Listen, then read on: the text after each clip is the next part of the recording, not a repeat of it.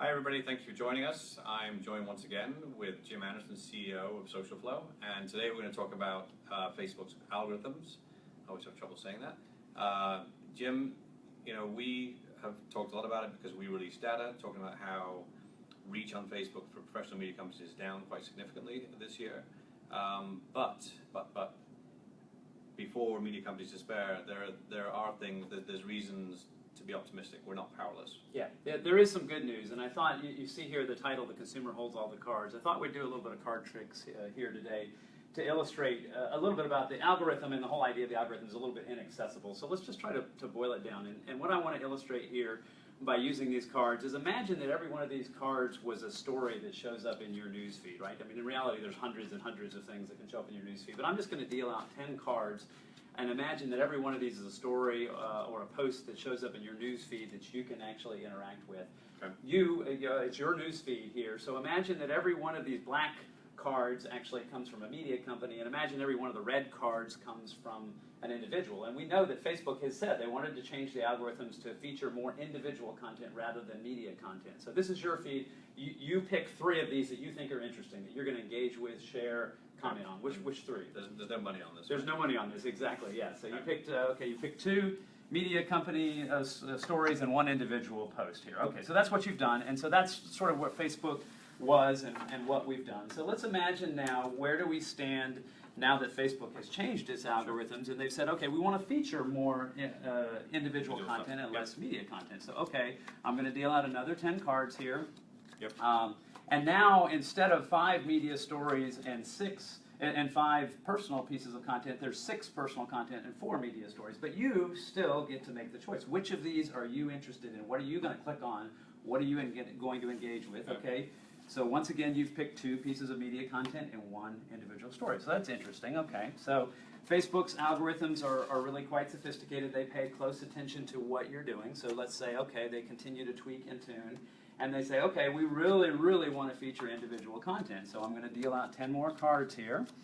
And now, instead of 5 and 5 or 6 and 4, there's 7 pieces of individual content and 3 pieces of media content. So you as the consumer, again, get to choose which ones are you interested in. Interesting. Okay, you're still engaging with the media content, and you pick 2 and 1 again. Pretend this isn't real time, because this would take me longer. This would take you longer. Sure. So, sure. So what we're illustrating is obviously, the proportion changes, the ratios change, the statistics may change, but you as the consumer still do hold all the cards, and you're the one that's going to decide ultimately how you interact with the content. So now, let's just go to the logical extreme. Let's say that Facebook's algorithms are saying, goodness gracious, you're not paying attention, you're not getting it, Mark, you're doing it wrong.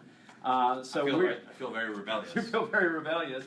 We're going to give you 9 pieces of individual content and 1 piece of media content. Now choose. See if you can do your 2 and 1. Right? You're going to have to pick. You're clearly not as happy, right? You're not happy by that. You're going to pick your media piece of content because we've clearly demonstrated that's what you want. You'll maybe pick a piece of individual content, but look at what you just did. You've only picked 2 pieces of content, not 3.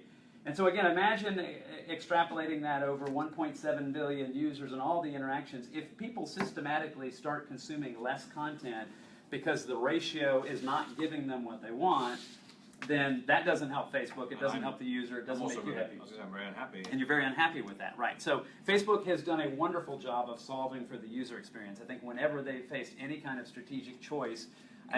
Sorry, can I say one thing there? Yeah. If I'm unhappy, I'm also going to go do something else. Right, exactly. And that's exactly the point, is Facebook, it does a really nice job of paying attention to its users and giving them what they want. Give them more of what they want and less of what they don't is an oversimplistic version. So now we're back to something more like the 5 and 5. So I think it's entirely likely that you as a user, now with a smile on your face, if you demonstrate a strong affinity for media company content, these algorithms are not static, and it's not like Facebook makes a change and the users have no say in the matter. Right. The users have a lot of say in the matter. Every user has a lot of say in the matter, and their behavior can actually be more important than what the algorithm is. So you're essentially saying users have a fair bit of power. You may have to sort of persevere, but the consumer has power. So good for the consumer. For the media company, what does it mean for them? Well, it means that quality content matters. It still matters. It's always mattered. And so if you're producing high-quality content, you're distributing on Facebook, clearly you've seen a decline in reach. We've all seen and we've reported on the data that the reach has been going down. but I wouldn't necessarily assume that that's going to continue, or to assume that even the changes Facebook makes are necessarily permanent.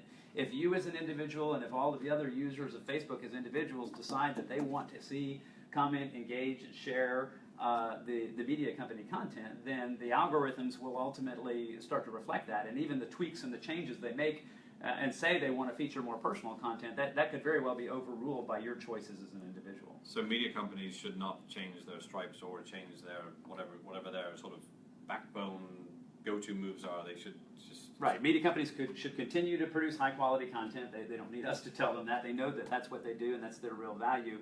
Distribution on Facebook is as important as ever because it's such a large audience. There's 1.7 billion users on Facebook, so you have to get your content out there.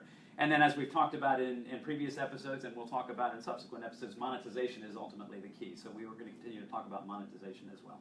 All right. So this was encouraging. I mean, as a consumer of news, I feel a lot better.